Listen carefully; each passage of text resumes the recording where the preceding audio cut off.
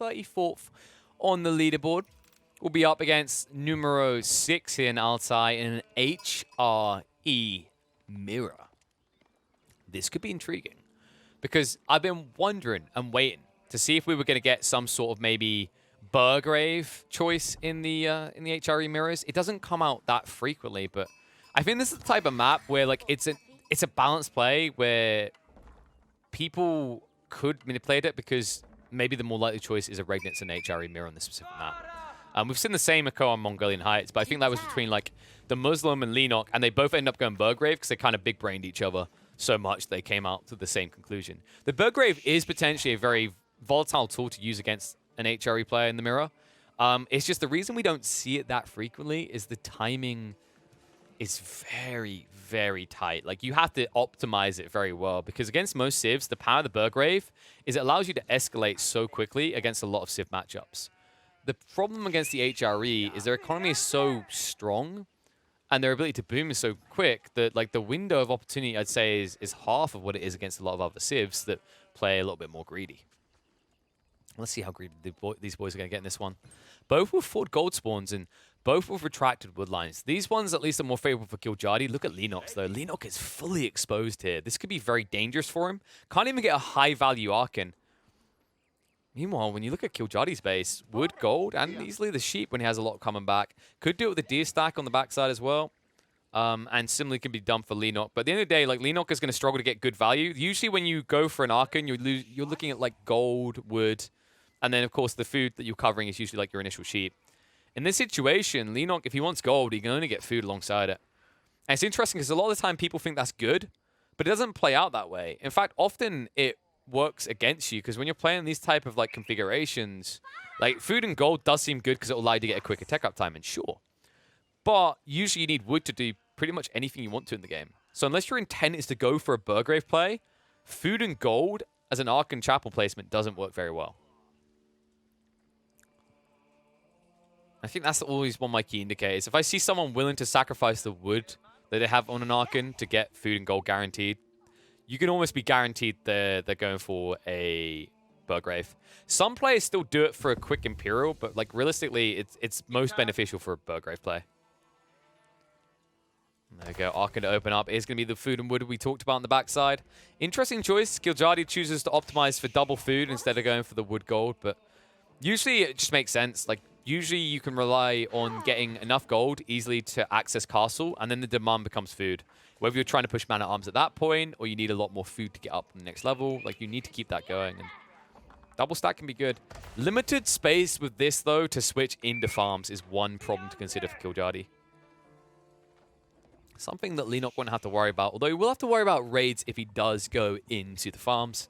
As you can see, this is a bit more forward spawning. This is what we were talking about where, you know, you can't really catch your wood line, so you have to make a tough choice. He chose to optimize for the gold and food, and like I said, this could very well turn into a quick Burgrave. Which, considering their spawns, I actually quite like the idea of.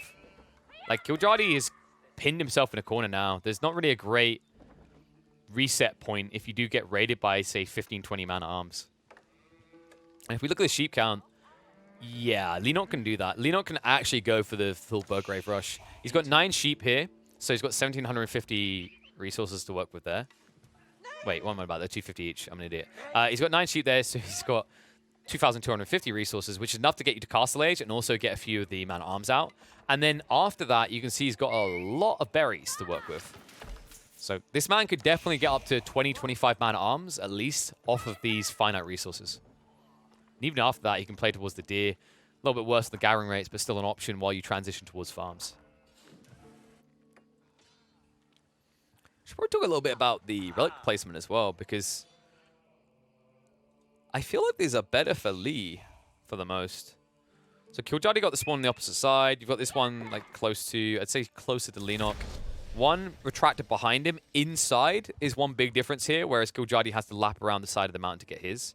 Then another one safely in the corner up here. Like, Lee should be able to, in theory, get 3 relics. This one will be somewhat contested, but if you look at the other 2 relics, I feel like they're more easily obtained for him than they are for Kiljardi. Because one big issue for Kiljardi on this southern relic is he has to cross his side of the map to go through for his one that should comparatively be here. He has to run all the way down to this corner. And you can say that Leenock's got one of them as well, but yes, he's got one of them as well, but he's got this one.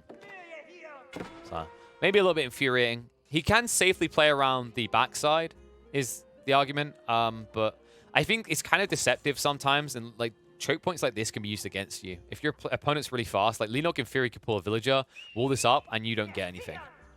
He's going to, though, because HRE, but it's always a possibility. And looks like the rack's been set up. Now, whenever I see the racks picked up, this makes me think no Burgrave. I think the best value for going Burgrave is the fastest castle possible off the back of just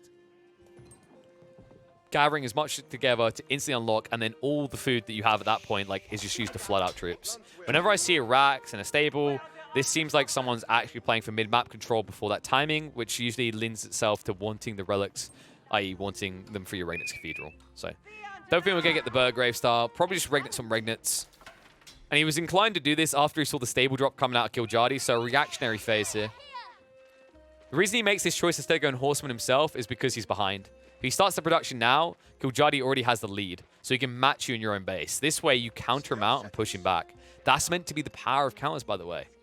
You know, the reason why this game is so cool in the way that it designs itself is that you see your opponent coming and you react. And although you need to build up critical mass, like let's say you see them straight away, they're pushing Horsemen.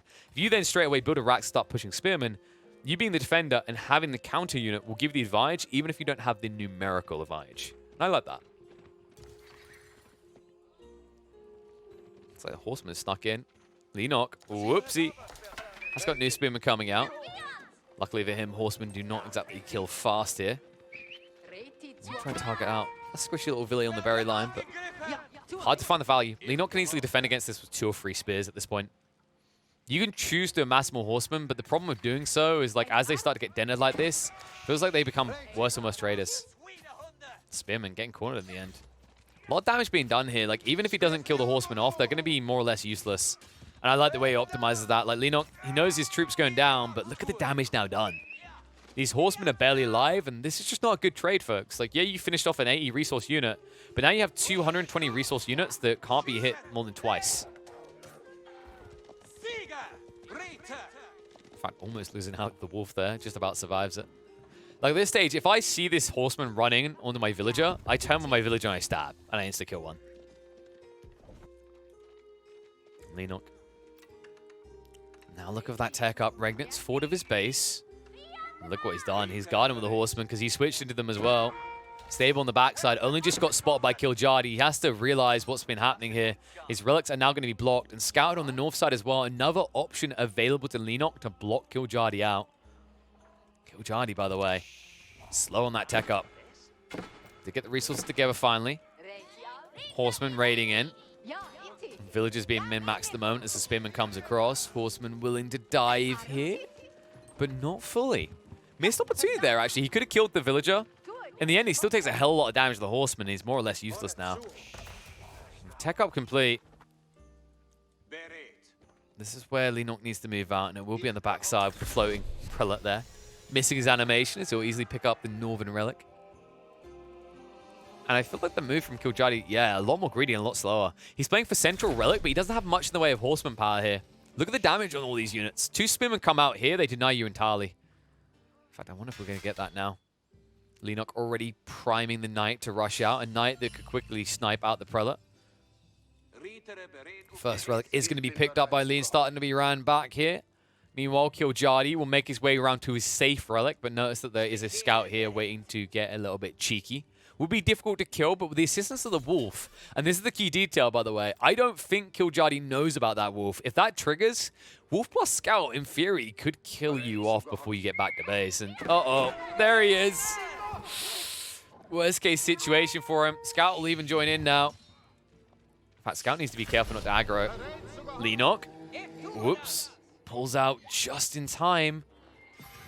Wolf is going to join in again. And folks, I'm pretty sure he's going to get mauled to death when he reaches the mill. If that, if he keeps running. Meanwhile, midfield, Knight comes out.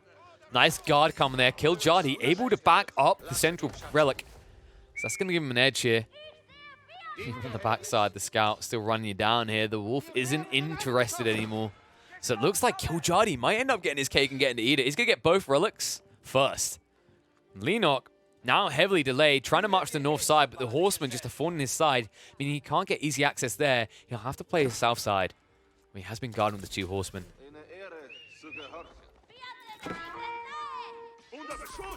Now scouting coming out. Nice block there. The market not going up on time might actually cause some gaps in the production rates for Kiljardi. He wanted the additional wood to get additional infrastructure as well as the food required to push those knights at the start. Without that complete, he can't just get the food required. Now Knights of Spears wrapping around. Meanwhile, north side. Good snipe out there as the Knight takes down 2 for free. Prelate is moving in, but it looks like Leenock is being baited away. Kiljardi with the prime move. Looks like he should be able to get a 3rd relic here. Remember, Leenock still hasn't returned his 2nd yet, so a notable net worth lead for Kiljardi at this stage. Right in the backside, though. Knight's in with the Spearman as well, and no, Kiljardi hasn't realized. Oh my god, he's hemorrhaged a lot here. Look how many villagers are dead down here. 27 to the 36, mistakes have been made. And Kiljardi, I don't know if he even realized at the end, maybe finally, but by the time he did, does he realize how much damage was done? All of his deer work is dead. Heavy hit, and despite the fact you get an extra relic, you don't have any additional use for it. You can maybe justify this play if you got 4 relics, because then Leenock is missing an extra 300 gold. But now, you taking away the 3rd relic, he's only missing an extra 100. He's still getting his 2nd relic banked in, and this means that Leenock is ahead. Now, ahead on the transition, farms being set up. Someone that Kiljardi hasn't switched over yet. Relying on the berries that have an inferior gathering rate to the farms, so it's going to slow him down further. And even more villagers going down. What? Kiljardi, this play doesn't make much sense, actually. Overly aggressive. Needlessly so, in fact, and costs him several more villagers. All of a sudden, Kiljardi now 11 villagers behind because of an aggressive outpost play that makes no sense. There's no backbone behind this. He cheesily pulled villagers without any guard unit. And it's too easy for knights at this stage. Remember, you've got no textiles, so you get 2 hit by knights. Punishment had, lessons learned. Off the back of that, it's just getting worse. Like, look at these trades coming out for the knights. Spearman. At least be able to recover it a little bit there, but almost 2 knights dead for 3 spearmen doesn't feel good. In fact, if you want to do the maths on that, folks, basically 3 spearmen cost 1 knight. That's ugly when you say it like that. I should be painting an ugly picture because it's getting a little bit ugly here. Feels like a self-portrait of me. The farm's finally being set up, but once again, Kiljardi a step behind. And well, this is where you have to get a little bit creative, because if your goal is just to play standard HRE build, you're now going to lose the race. You need to flank attack, you need to get your knights in, and right now your knights are being pinched on the front line because Leenock is still pushing spears. Kiljardi seems to be missing them, and I think this mistake is costing him a lot now. Because remember, he went for the knight straight away, right? He opened the stable, he never got himself a Rax. Like, you have to go back for Rax now. The fact that he hasn't, the fact that he confidently believed that he would have full tempo control, it shows you how risky of a play it is, because when you're wrong like this, you're going to find yourself miles behind. And now with 12 eco lead, military, 50% increase for Leenock as well over what Kiljardi has, there isn't really any department he's leading in. Like, sure, he has 1 extra relic, but it doesn't really equate to the loss he's facing here. In fact, if I'm Leenock, I'm just considering a tech up now. I had the numerical advantage. Even when you look at the troops in the field, like, mine are a lot more healthy. So if I'm Leenock, I'm just saying Imperial Age. He has to come and stop me. Horseman paying attention. Clash coming out. Leenock will micro away, despite the fact he could peel back 2 or 3 knights straight away. He doesn't want to have that heavy damage in. Right now, he's dictating flow, and it looks like we are going to get a reinvestment into some spears, but overall, Leenock just aiming for that goal of reaching up. Once he gets up to about 6 to 8 farms, that's when he should be able to float enough food to reach Imperial. And off the back of all this distraction on the south side, Leenock now prepping a second force, one that Kiljardi still doesn't have an answer to. The problem now Kiljardi faces is so far he's gotten away with, like, serious damage. I say that, like, there was serious damage. But in theory, he's got away with without losing the game because Leenock has been forced to defend a lot more. But Leenock's been very crafty about peeling off 1 or 2 knights. The damage he'd done on this backline already has what's put Kiljardi behind. And now Kiljardi faces the situation where if he ever isn't the aggressor, the game is just over. Because the eco lead will be way too big for Lee. Speaking Lee isn't turning around with spears right now. Rushing back to base. Knights flood in on the backside. Full garrison does come out. Nice pinch there. 2 knights down in the blink of an eye. And that's the mistake being made there. Prolent in the meantime trying to central sacred site cap. just about able to get it. Does give his life, though. Raid on the backside, still taking a while to clean up, but one Spearman should be able to bring an end to that. Will force his opponent away as Kiljardi doesn't extract enough value. 14 eco lead now for Leenock.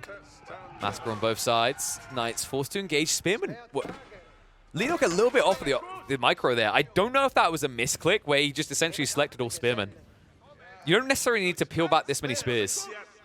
5 or 6 should be good enough to clean up here, and he's going to need to clean up because the split up comes out. Kiljardi trying to extract some additional value, but still not able to do enough here. However, this could turn it. This could change everything. Leenock doesn't realize what's happening over here.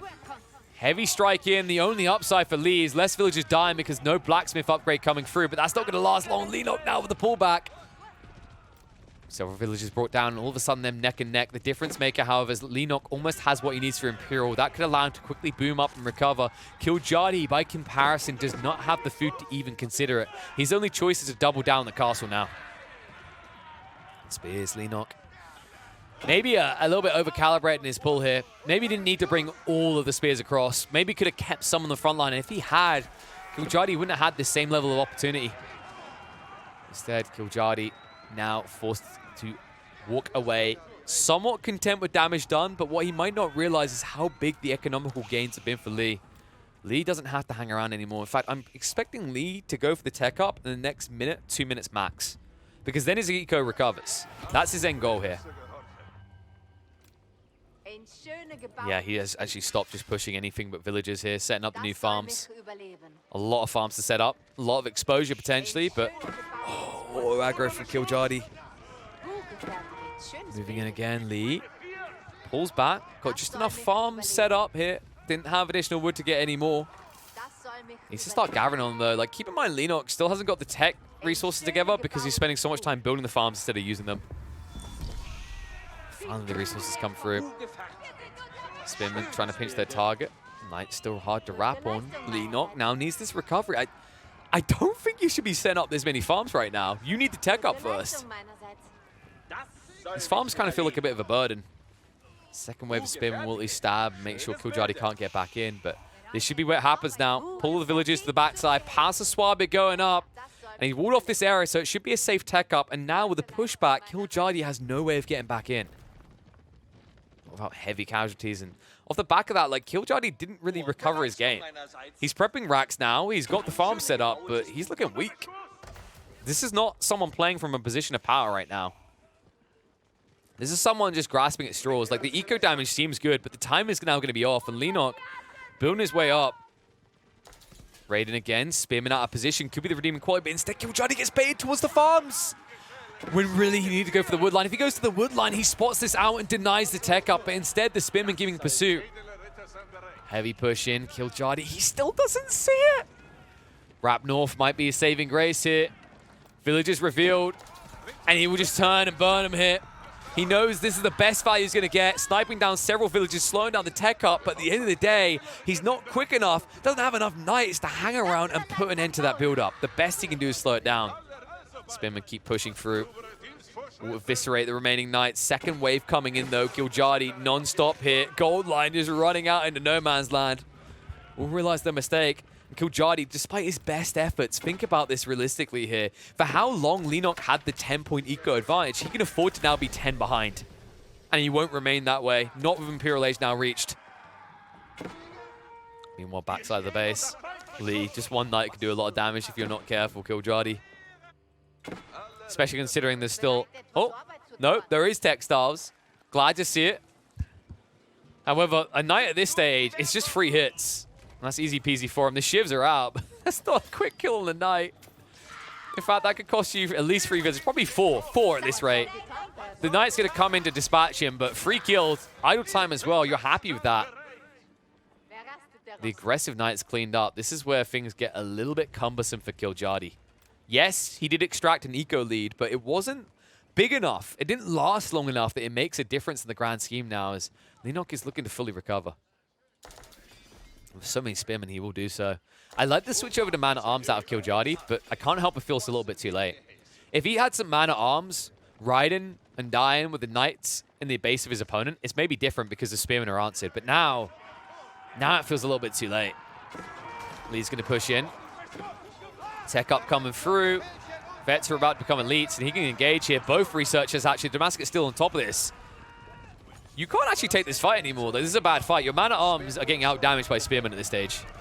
But instead, Leenock chooses to just back away, even though he could take a good trade right now. Just wants to cover his eco. Remember, the reason why Leenock is stationed this aggression is he wants to get his eco recovered. And it definitely has done that. This is the power of the Pass of Swabi. He's already now once again ahead of Kiljardi. Kiljardi, yeah, I don't blame this play. This is probably his only move, a keep drop. A keep drop that did get scouted out, so Leenock now moving to bridge react to it. You know what this means. When you see this many villagers coming, you know exactly what your opponent's doing. And these spearmen, they could put a huge dent in the plan because 8 villagers not going to build up quick, and 2 Langstick is enough to wipe out your man-at-arms. Oh my, oh my. Kiljardi forced to engage, spearman in. Heavy thrust coming out. The Knight's not even reacting straight away. The Langsneck, they can turn upon their targets. Man-at-arms, cleave damage coming out against them. Build up from the villagers. If that one Langsneck makes his way in, the damage that he could do could be instantly realized, and the Langsneck still haven't been targeted. Instead, they're going to go in. Villagers going to go down, and Kiljardi, this was his last hope, his last prayer. Shifts the villagers aside, but with only 3 remaining, it looks like it's not going to go up. And after that, Leenock cannot go up in age. He cannot stay in the game. Leenock will be able to take the win here. Clutch play coming in. Good extractive value early on, and good recovery to get his Imperial timing in. Gives him the lead and gives him the game closer up against Kiljardi.